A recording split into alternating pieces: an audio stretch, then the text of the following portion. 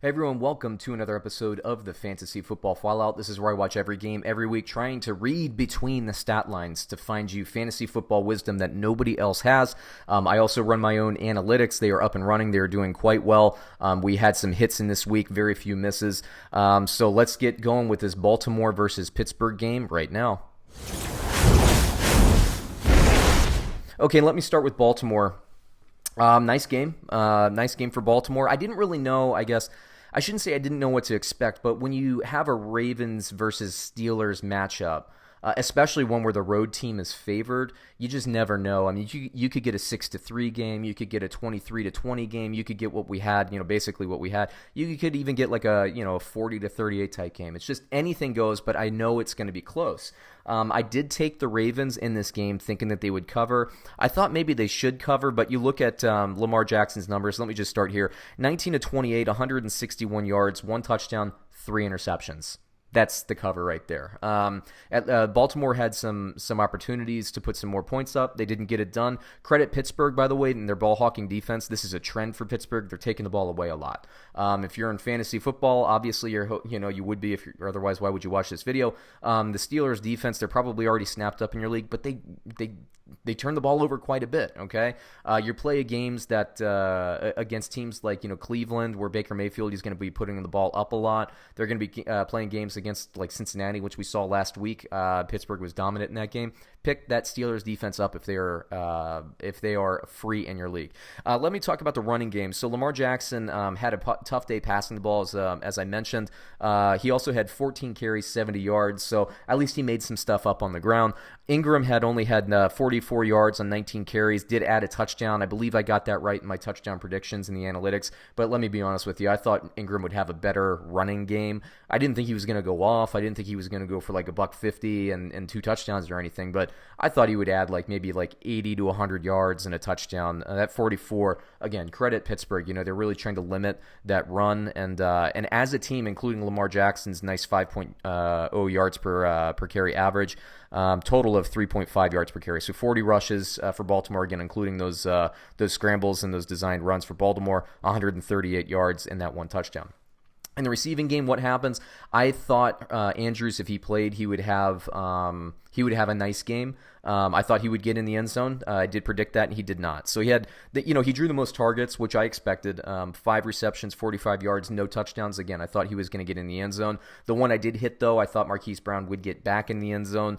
He was hampered by a leg injury, a lower leg injury, for a lot of the back part of that game. But he did get in the end zone with that injury, mind you. 3 catches, 22 yards. It's not great, but the touchdown saved the day. It salvaged the day, and thank goodness, because I needed it in my fantasy league.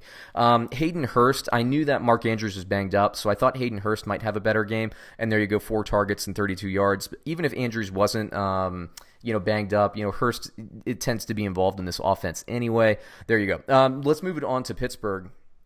And, Mason Rudolph, Hodges comes in, there's the rookie quarterback, goes 7-9 for 68 yards, leads a touchdown drive to get them back in the game. Mason Rudolph was having, I thought, kind of a Mason Rudolph-like game, what they're trying to do, that, the Pittsburgh Steelers have finally realized that Mason Rudolph can't run the same offense that Ben Roethlisberger runs, but they are running the same kind of play call, the same scheme, so that's what you need to do. You need to help your young, kind of less experienced quarterback, with your running backs, with your short yardage passes. But Mason Rudolph, 13 completions, 20 yards, and a touchdown. No interceptions. That's good. Smith Schuster, we predicted he would get in the end zone, and he did. 7 receptions, 75 yards, and a touchdown. Diontae Johnson, I thought, would have a better game. Only 27 yards on 5 catches. But I still stand by this. Pick up Diontae Johnson. If he's available in your league, he probably is. Pick him up if you need a receiver and stash him. He's only going to get better throughout the season.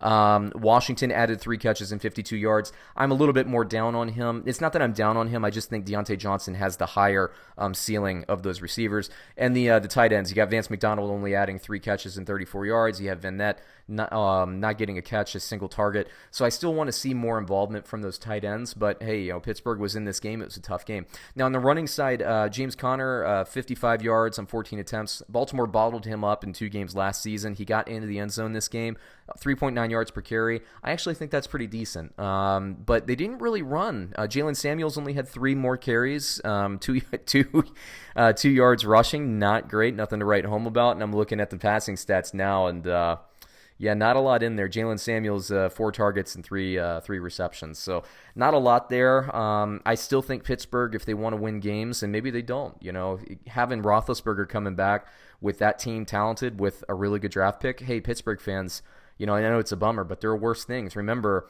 the team drafted Ben Roethlisberger when they had an uncharacteristically down season. Maybe they draft the next Ben Roethlisberger, or maybe they already have him on the roster and Mason Rudolph. I don't think that's the case, but hey, maybe, right? A really good draft pick for this organization. That's kind of a scary proposition, honestly, because I think Roethlisberger actually would have won this division. But we'll see. We'll see if that. Well, I guess we won't see. That's the point, right? James Conner, like I said, I'd like to see him more involved. I know he's been banged up though. But the play calling tendency tends to be, pass the ball more. I see 31 passing attempts over 19 rushing attempts. You could take 2 of those away because they were scrambles. So it was really 17 attempts to 31 passing attempts. That's not going to get it done for Pittsburgh. But, again, it's kind of a trend. They like to pass more than they like to run. I'd like to see the running backs utilized more like they did against Cincinnati in the passing game. They didn't do that this week, and they lost the game. So we'll see if they adapt. We'll see if anything moves forward. But for this episode, that calls it an episode, if you could please like, subscribe, comment to our videos, share if you know anybody that would like it. We are not shy about referrals by any means. Watch some videos, and we will catch you on another episode.